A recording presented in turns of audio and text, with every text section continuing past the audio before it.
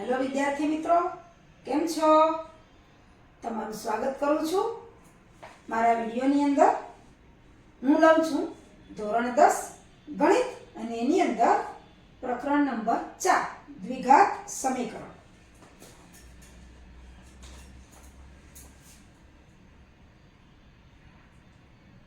પ્રકરણ 4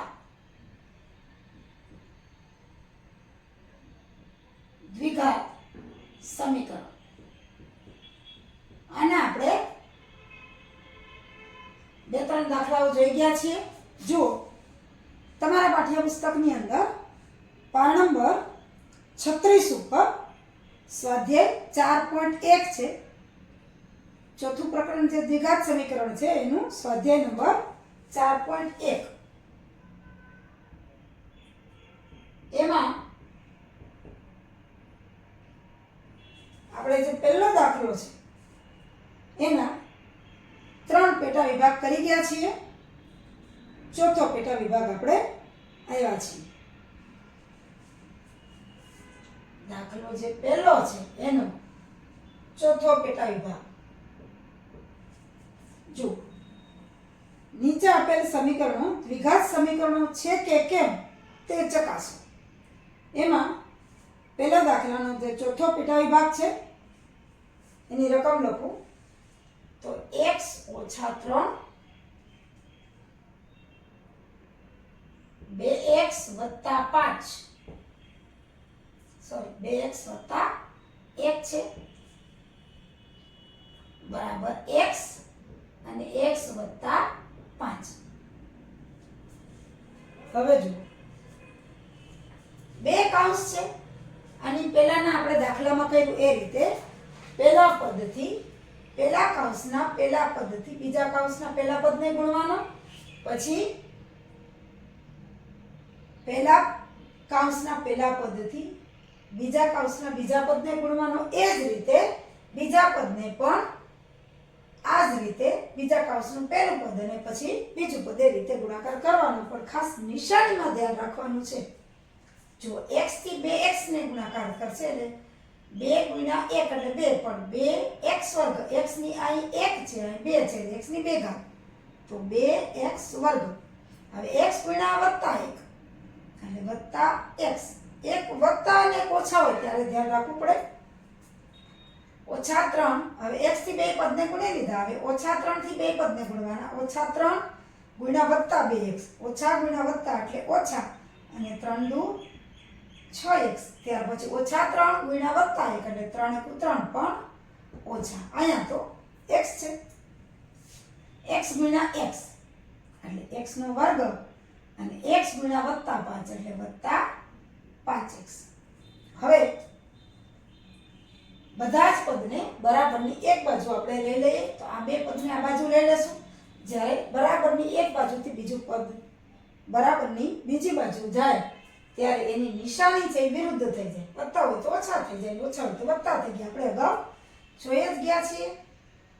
તો 2x² + x - 6x - 3 બરાબર આ બે પદ છે આ બાજુ આવશે એટલે માઈનસ થશે એટલે -x² અને -5x બરાબર 0. હવે આમાં જે x ની સમાન ઘાત વાળા પદ હોય ને આપણે ભેગા કરી લઈએ. તો અહીંયા 2 વખત x નો વર્ગ છે, અહીંયા -1 વખત છે એટલે 2 - 1 એટલે 2 માંથી 1 જાય તો 1 વખત x² આવશે. હવે વત્તા 1 વખત x, ઓછા 6 વખત x અને ઓછા 5 વખત x. તો -5 - 6 બેની નિશાની સરખી છે એટલે -11 અને વત્તા 1 વખત છે એટલે -11 માંથી વત્તા 1 વખત જાય એટલે -10x થાય. હવે -3 અચળ પદ 3 સિવાય બીજું કાંઈ છે નહીં એટલે બરાબર 0. આને આપણું જે પ્રમાણિત સ્વરૂપ છે એની સાથે સરખાવીએ આ સમીકરણને.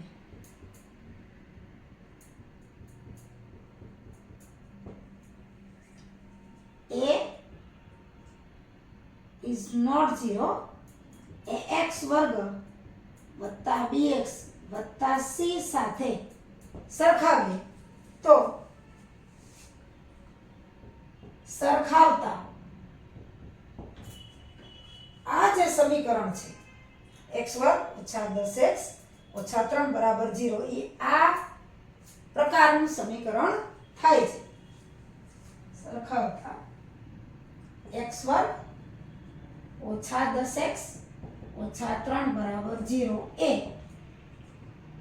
is not 0 એ x વર્ગ વત્તા bx વત્તા c બરાબર 0 પ્રકારનું સમીકરણ છે. કારણ કે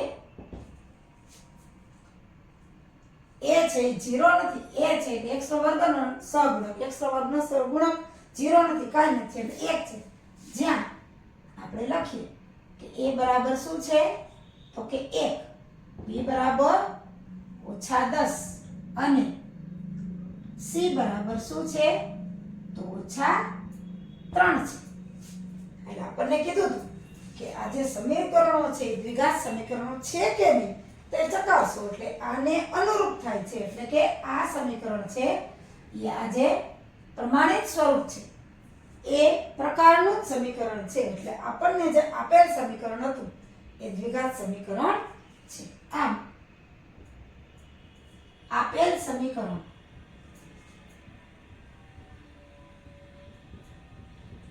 દ્વિઘાત સમીકરણ છે.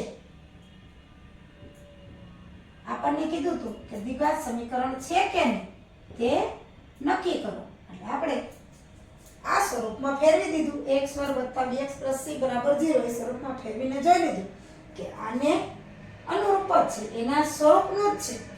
એટલે કે આ સમીકરણ જે આપ્યું હતું એ દ્વિઘાત સમીકરણ છે. આપણે જે સ્વાધ્યાય 4.1 છે એના પહેલાનો દાખલા પહેલાનો આપણે ચોથો પેટા વિભાગ કર્યો. હવે પહેલા દાખલાનો આપણે પાંચમો પેટા વિભાગ કરીએ.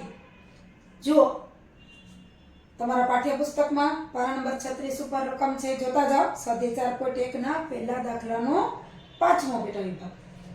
બે કૌંસ આપ્યા છે બે બાજુ, 2x ઓછા 1 x ઓછા 3, 2x ઓછા 1 x ઓછા 3. બીજા કૌંસમાં બરાબર બીજી બાજુ પણ બે કૌંસ છે x વત્તા 5 અને બીજા કૌંસમાં છે x ઓછા 1. અગાઉ આપ્યું એ પ્રમાણે આપણે સાદુરૂપ આપવાનું છે. પહેલા કૌંસમાં પહેલા પદથી આ બેને ગુણવાના, પછી એ જ રીતે અહીંયા આપણે સાદુરૂપ આપવાનું છે. ખાસ નિશાનીમાં ધ્યાન રાખવાનું. 2x ગુણ્યા x એટલે 2x નો વર્ગ, 2x ગુણ્યા ઓછા 3 વત્તા ગુણ્યા ઓછા એટલે ઓછા આવશે, 3 ગુણ્યા 2 એટલે 6x. હવે પહેલા પદથી આ બે પહેલું અને બીજું જે બીજા કૌંસનું છે એને ગુણાઈ ગયું. હવે પહેલા કૌંસના બીજા પદથી બીજા કૌંસના બે પદને આપણે ગુણવાનું છે. ઓછા 1 ગુણ્યા વત્તા x, ઓછા ગુણ્યા વત્તા એટલે ઓછા x, ઓછા 1 ગુણ્યા ઓછા 3. જુઓ મેં તમને કીધું હતું કે ગુણાકારમાં જ્યારે 2 વખત 4 વખત 6 વખત એટલે કે બેકી સંખ્યામાં જ્યારે ઓછા આવે ત્યારે એનો ગુણાકારનો જવાબ વત્તા આવે. એકી સંખ્યામાં હોય એટલે કે 1 વખત 3 વખત 5 વખત તો એનો જવાબ ઓછા આવે ગુણાકારમાં. પણ અહીંયા જો 2 વખત ઓછા 1 અને ઓછા 3, 3 × 3 પણ ઓછા ગુણ્યા ઓછા એટલે વત્તા. એ જ રીતે અહીંયા બરાબર કરો. અહીંયા પણ એમ જ છે.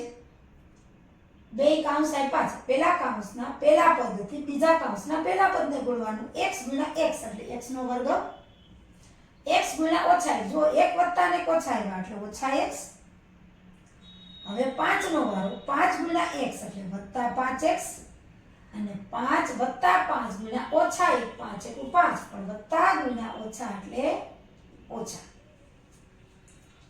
એક જ પદમાં લખું તો 2x વર્ગ ઓછા 6x ઓછા x વત્તા 3 બરાબર x વર્ગ ઓછા x વત્તા 5x ઓછા 5. હવે સરખા x ની સરખી ઘાતવાળા પદ છે ને આપણે ભેગા કરી લઈએ. અહીંયા 2x વર્ગ છે એટલે x વર્ગ વાળું તો આ બાજુ છે જ નહીં, 2x વર્ગ. હવે ઓછા 6x ને ઓછા x બેયની નિશાની સરખી છે એટલે બેનો સરવાળો થશે. ઓછા 6 વખત ઓછા 1 વખત એટલે 6 ને 1 એટલે ઓછા 7 વખત વત્તા 3. અહીંયા જો અહીંયા x વર્ગ.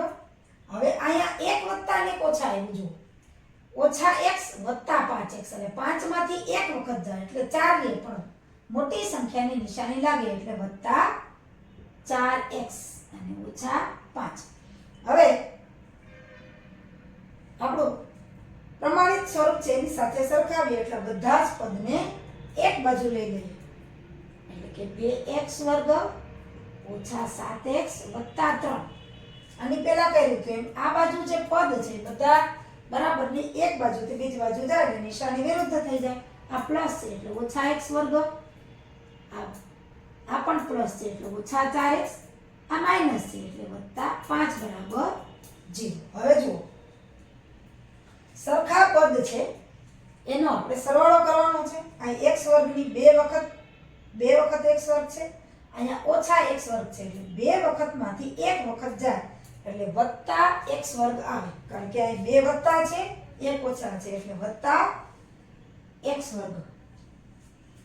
હવે ઓછા 7x અને ઓછા 4x બે ઓછા છે, સરવાળો છે 2 ઓછા છે એટલે ઓછા 7 ને ઓછા 4 એટલે ઓછા 11x. હવે અચળ પદ અહીંયા 3 છે અહીંયા 5 છે બેની નિશાની સરખી છે એટલે 5 અને 3 થશે 8 બરાબર 0. હવે જુઓ આ સમીકરણ કેવું છે તો કે જે પ્રમાણિત સ્વરૂપ છે એની સાથે એ જ સ્વરૂપનું છે. આ સમીકરણ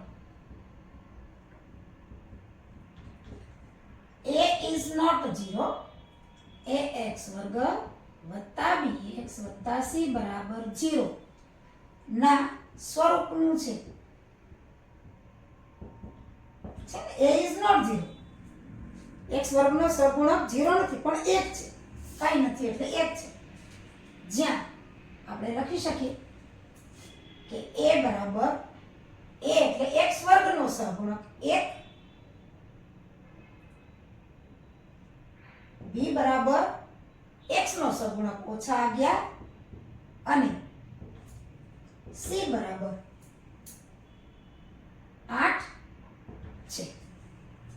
આમ આ જે સમીકરણ છે એ આ સમીકરણના સ્વરૂપનું જ છે એટલે કે આપણને જે આ સમીકરણો આપ્યા હતા એ દ્વિઘાત સમીકરણ છે. તો આપણે લખીએ કે આપેલ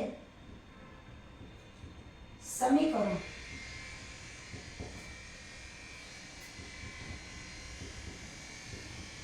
દ્વિઘાત સમીકરણ છે. આ આપણે શોધવાનું હતું કે આપણને જે 2 કૌંસ આ બાજુ બરાબરની બીજી બાજુ 2 કૌંસ આપ્યા હતા એ દ્વિઘાત સમીકરણ છે કે નહીં એ નક્કી કરો. તો આપણે એનું સાદુરૂપ આપી દીધું અને આ સ્વરૂપ જે છે પ્રમાણિત સ્વરૂપ એની સાથે સરખાયું તો દ્વિઘાત સમીકરણ બને છે.